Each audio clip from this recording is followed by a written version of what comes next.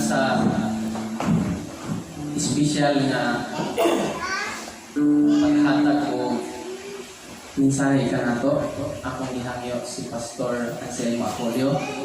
Dalaygon kayo Ginoo nga niya po kita usa aron sa pagdalay. Pinagilagay sa ato ang pagsimba kaya niya, no? Na ato yung pasalamatan sa tibok na itong kinabuhi ang Diyos. Pinagi sa ato ang mga nadawat sa matag-adlaw. Ilabi na sa ato ang maayong panglawas na ihatag ka na ito. Nga dinatagan kita niya o maayong lawas aron kita makagahin. Ilabi na sa atong paghalag sa ato ang mga lawas ato sa atong Ginoo. Diberman sa ato ang espirituhanong pagsimba. Muna man kay sunan nga ang ginatong pasalamatan ng Diyos sa atong kinabuhi. Taliwala niining mga atong sa kubang karon nga mga pagsulay, no?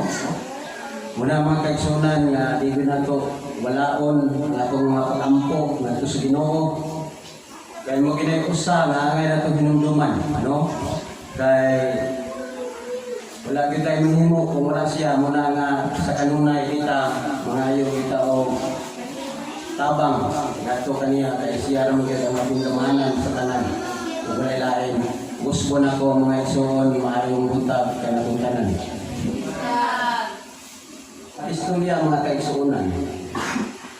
Nabasa kini sa 1 Corintios 6 kapitulo 6 versikulo 12 paingon niya sa 20, no?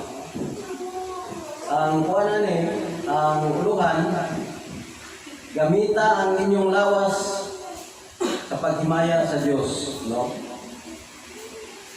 Dunay moingon Nitugutan ako sa pagbuhat sa bisan unsa. Tinuod kana apan dili ang tanan makaayo. O ako usab makaingon nga gitugutan ako sa pagbuhat sa bisan unsa apan dili ako buot nga mahimong ulipon sa bisan unsang butang. Ang uban moingon ang pagkaon alang man sa tiyan o ang tiyan alang man sa pagkaon. Tinuod ka na. Apan tapuson sa Dios kining duha. Ang lawas sa tao dili alang sa kalawayan, kundi alang sa pag-alagad sa Ginoo. O ang Ginoo magsangka sa lawas. Ang Dios nagbanhaw sa Ginoo. O siya nagbanhaw sa kanato pinagi sa iyang laom. Nasayod kamo nga ang inyong lawas kabahin sa lawas ni Kristo. Kuhaon ko ba di ay ang usa ka bahin sa lawas sa usa ka babaeng nagbaligya sa iyang unod? Dili o wala ba kamo masayod nga ang tao nga maghilawas sa babaeng nagbaligya sa iyang dungog nahimong sa kalawas uban kaniya. Klaro kayo ang ingon sa kasulatan. Ang duha mahimong usa apan siya nga na ipusa sa Ginoo nahiusa kaniya diha sa Espiritu. Busa di kay ang kalawayan ang ubang sala nga mahimo sa tao. Walay kakalabutan ang iyang lawas apan ang tao nga makikilawason makasala patok sa iyang kagalingong lawas. Wala ba kamo masayod nga ang inyong lawas mao ang templo sa Espiritu Santo nga nagpuyo diha kaninyo o ang gihatag sa Dios kaninyo dili kamo ang tag-iya sa inyong kaugalingon kundi ang Dios. Ipalit na kamo niya busa gamita ang inyong lawas alang sa himaya sa Dios. Muli nga kaigsoon no, na ang Banal Kasulatan nagtudlo kanato bahin sa ato ang pagkinabuhi, no? Kay sa 12 mingon sa duga, dunay moingon. Gitugutan ako sa pagbuhat sa bisan unsa. Tinuod ka na. Apan dili ang tanan makaayo kaninyo.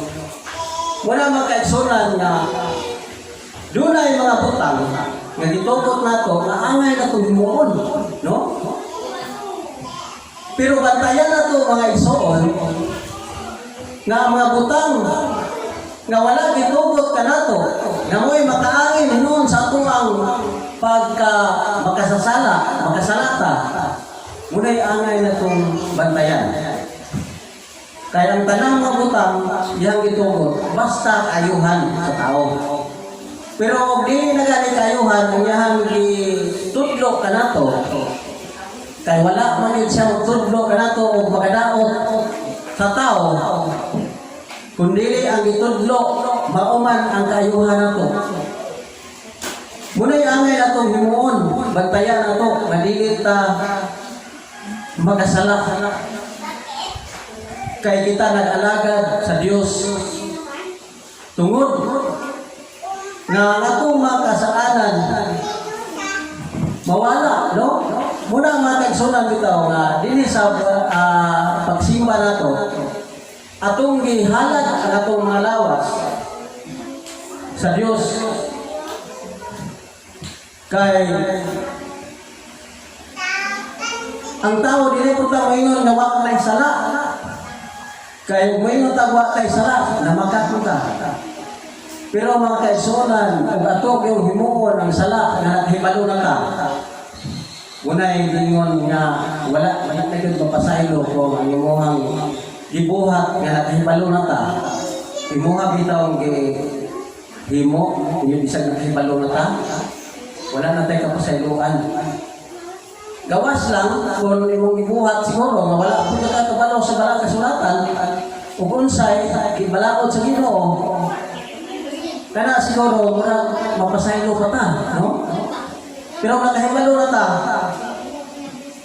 niya ato yung buhaton ituyuan ginato nga ang ato ang kalag may impierno.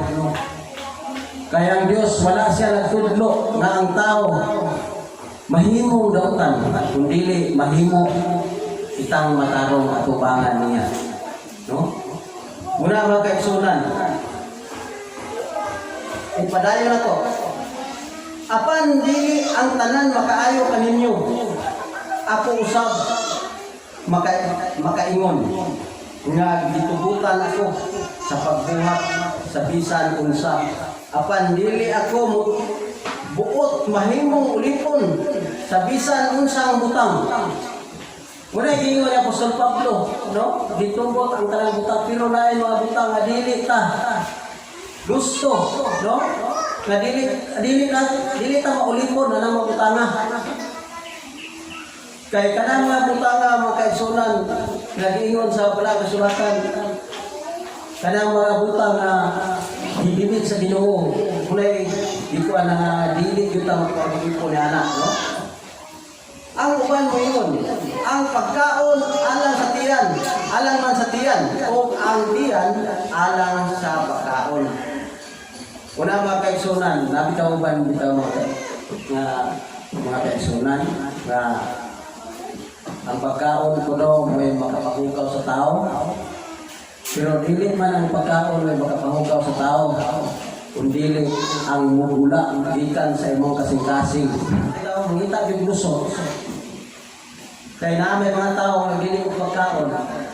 Bisag nakapasa na gid sila nga ang tanan kumana di balaan sa Dios o pasalamatan aron kanon nato.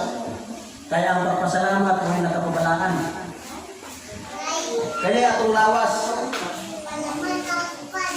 dihimo ni dili sa kalawayan kundi alang sa kalagad sa Ginoo.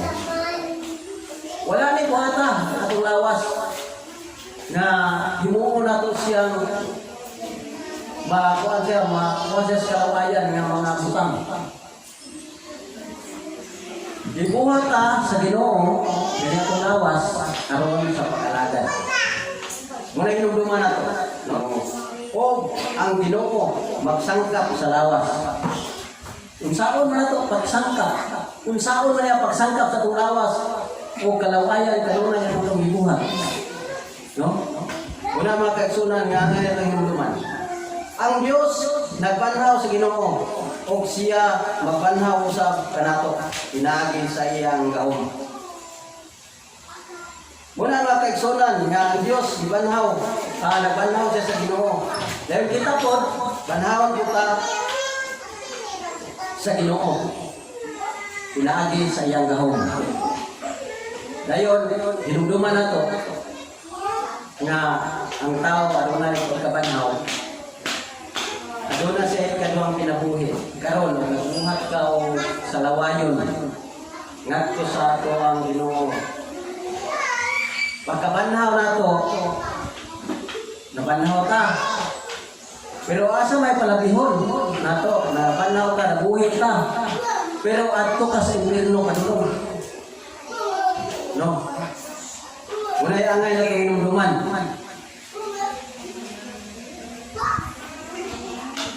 Wala nga atong himuon mga kaigsunan, dintras na kita nag-alagad sa Diyos.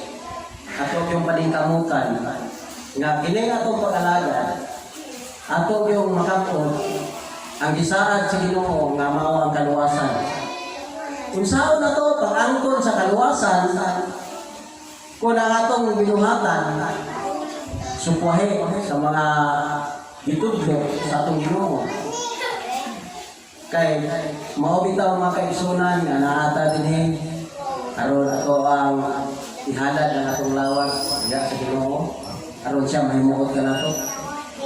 Kunya unsa man niya pagkahimuot kun ang atong lawas hugaw dili man siya gusto sa tao nga hugaw, no? Una mga kaigsunan nga paningkamutan nato nga ato ang pag-atubang nato sa Ginoo nga public ang atong konsensya. Wala kasaway pa Diyos ka nato.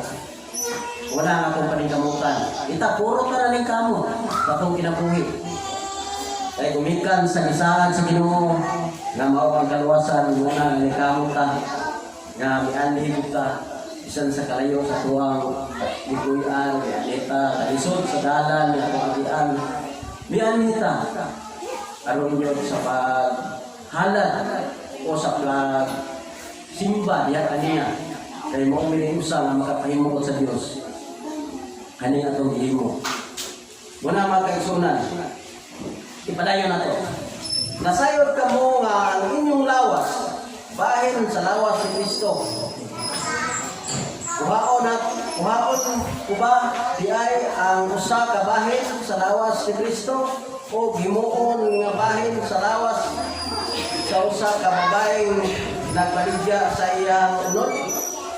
Muna mga kaigsunan, sa man ato pagkabahin sa lawas ni Kristo nga mahimo kang bahin sa lawas unya diay. Imuhang di kuha na imuhang tinakuhi at nagbaligya nga babae sa iyang unod. No? Una mga kaigsunan na karong panahon na wala lang sa mga maayo grabe mo, no? Na mga kababayan buwan na sa mga balay sa lalaki. Una mga kaigsunan nga itong bantayan na ito, no? Na lisod na tayo karong panahon. Una nga yun na ito, mga kababayan, sarili ilusap ng anak na tuwang kinabuhi na murag nawad-an kaulaw. No? Wala na nato gamita, nato ang panghuna-huna. Nga mao'y usaw na kagarbo sa ginikanan ng iyang anak. Uutan o tinahuron sa ginikanan. Pero na yung mga anak, grabe. Mga anak. Pati gahiag, mga kuwan, isang usawang istorya, hindi pa ko sa ginikanan. Unay angay ang na ito hinumduman. No? Hindi na ito pakaulawan ng atong mga ginikanan. Tungod lang niya ng mga katuwang kagahiag ulo. Kaya mga ginikanan, nag-atiman sa mga anak. Aron dili mahitong pawak unta ngadto sa kalangutan. Pero na yung mga anak nagahit kay ulo, nagpatuo sa mga ginikanan. Usokol sa mga ginikanan. Wala na hunahunaa. Ang ginikanan, pirting antos sa kamay pa. Dili ganit, matugag langaw. Pero pagkadako na, grabe ka matinumanon. Unay angay nga hunahunahon unta. Ipangga o bayo sa ginikanan. Ako sa kababae, yan anak, ipangga. Dili pamatuwag lamok, dili pamatuwag langaw. Pagkadako na, musopol. Di na mutuog tambag sa ginikanan. Una mga kaigsunan, no? Unta, nakita nga mga anak, mutuog ta sa itong ginikanan. Kaya walay makadaot, natambag sa ginikanan. Dili ang tanan kayuhan sa mga anak. Pero na yung mga anak, dili mutuog. Magpatuyang na lang. Na yung bang mga ginikanan, ang ilang mga anak, ipasagdahan na lang, bumikan sa pagkagahig naong, kahit ulo. Hindi mo patuwa silang ginikanan. Wala mga kaigsunan na subo kayong kalandungon sa mga ginikanan, ng anak at mga anak. Nasa gagmay pa, napalaw kang atiman. Magsakit, nakasirisiri tao kahapadulong. Bumitan, patambal. Pero nagkadako na. Kaya gibalos. Ipakaulawan ang ginikanan. Wala mga kaigsunan na unta angay na ito hinumduman. Isip kita mga anak, kita mga ginikanan, nag-antos. Nagsakripisyo, pag-ayo. Pareha po sa itong Ginoo. Nagsakripisyo siya. Aron kita makaambit sa kaluwasan niya isaan sa alang na ito. Muna mga kaigsunan nga angay na ito hinumduman.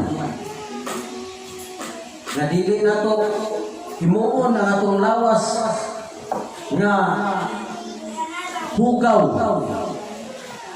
Himuon na itong urag, wala na ibili sa itong ginabuhi. Tungod sa pagtagbaw sa kawang pagalingon na itong nalang ihimo, no? Nga ang mga ginikanan, ipakaulawan sa mga anak. Wala na mga kaigsunan, nga angay na itong hinumduman. Malalaki ka o babae, pareha. No? Yung anak, dili pinunta angay. Nga kita, mga anak, kung unsay ditudlo sa itong ginikanan, kumano na ito. Kaya tayo nga na, wala magtudlo ka na ito ang ginikanan. Nga ang mga anak, may tumpawak sa kalautan, kung dili, itudluan. Aron magsubay sa dalan kay umaabot niya sa ilang mga pamilya, sila na po magtudlo silang mga anak. Muna mga kaigsunan na angay na ito minumduman. Kaya ang mga ginikanan nagsakripisyo. Di matuto, pang-ayo ang ilang mga anak. Aron dili may tumpawak sa kalautan, pero na yung mga anak musok wahit. Tuman sa ilang gusto. Muna mga kaigsunan na angay na ito minumduman. O wala ba kamo masayod nga ang tao nga makihilawason sa babaeng nagbaligya sa iyang dugo o dungo mahimong usa ka lawas uban kaniya. Mao na, no? Imbis ang tarong kita na tao, yang kuan ka kung baligyan dunog na iusan mo dito nga puro na mo mga lakutan, no? Una mo kay sunan nga itong batayan. Ngayon na itong dumduman na imbis unta ikaw wala tayo mga himong sala. Yan ay mga gikuan ng mga lawas dito sa nagbaligya o unod. Wala na nahimo ang mga usak. Babahin na makasasala, no? Muna mga kaigsunan na bantayan nato. Sa iyang, klaro tayo ang giingon sa kasulatan. Ang duha mahimong usak. Wala makaigsunan na mahimo na mo usa, no? Apan siya na nahiusa sa Ginoo, nahiusa kaniya diha sa Espiritu. Muna kung kita nahiusa na sa Ginoo, kita po nahiusa na diha sa Espiritu. Ahamay atong pilion. Katong nagbaligya sa iyang dumog o makikiusa ka sa Ginoo uban sa iyang Espiritu. Muna'y usa na ito ang hinumduman, no? Kaya bakit papilion diha ko sa Ginoo makikiusa ko sa iyang Espiritu. Usa di kay ang karawayan ang ubang sala nga nahimo sa tao walay kalabutan sa lawas. Apan ang tao nga makigalawason makasala patok sa iyang kaugalingong lawas. Ay mga tao nga pinunanap bisag na kuha na ito, kanang ninyo na naargahan ko ng pagkuhan kanang grabe ka kuhan ba kanang kuhan sa mga kadalo sa unod kunana bisag na ninyo na muna magkaigsunan nga ito ang hinduman. Kung ang tao, kunana o batasan kanunay, isang aduna na sa asawa, yan naarga po niya bakit lawas o pang mga kuwan. Muna yung hindi yun maayo. Muna yung mga kaigsunan nga wala yung lulang sa ginharian sa Ginoo. No? Muna yung mga kaigsunan. Wala ba kamo masayod nga ang inyong lawas mao ang templo sa Espiritu Santo nga nagpuyo diha kaninyo og nga gahatag sa og nga gihatag sa Dios kaninyo. Muni makaigsunan no atong hinumduman. Kani atong lawas templo sa Ginoo. Unya katong hinumduman. Kung saan ko magpuyo sa Diyos, dili ka na ito, ubugaw ang ato ang lawas. Buo bitaw na mga kaigsunan nga ito yung paningkamutan. Na kini na ito pag-alagad sa Ginoo nga kanabang dunsay, no? Kanabang matubang ka sa Ginoo kay kita na ba matubang na ba kanya sumalas kung mga binuhatay. Muna na ito yung paningkamutan, yung kamuta. Ngayon atubang na ito, dito niya, na dili na maulaw ang atubang. Limpyo na ito kung sinisya, kung walay kasaway. No? Walay guling, walay puno. Muna yung ipaningkamutan na ito, nga nag-alagad ta si Ginoo, dili lang ang gawin nga nag-alagad ta, ipakita na ito, makita, mag-alagaron, pero na ito ang kuwan. Huna-huna, wala diyan sa Ginoo, no? Kita kay nag-alagad na si Ginoo, ang ato ang yung unang-una, naagad niya. Uban siyang saat ka na ito na kanang kinabuhin rayon, mawia kong gitinuha.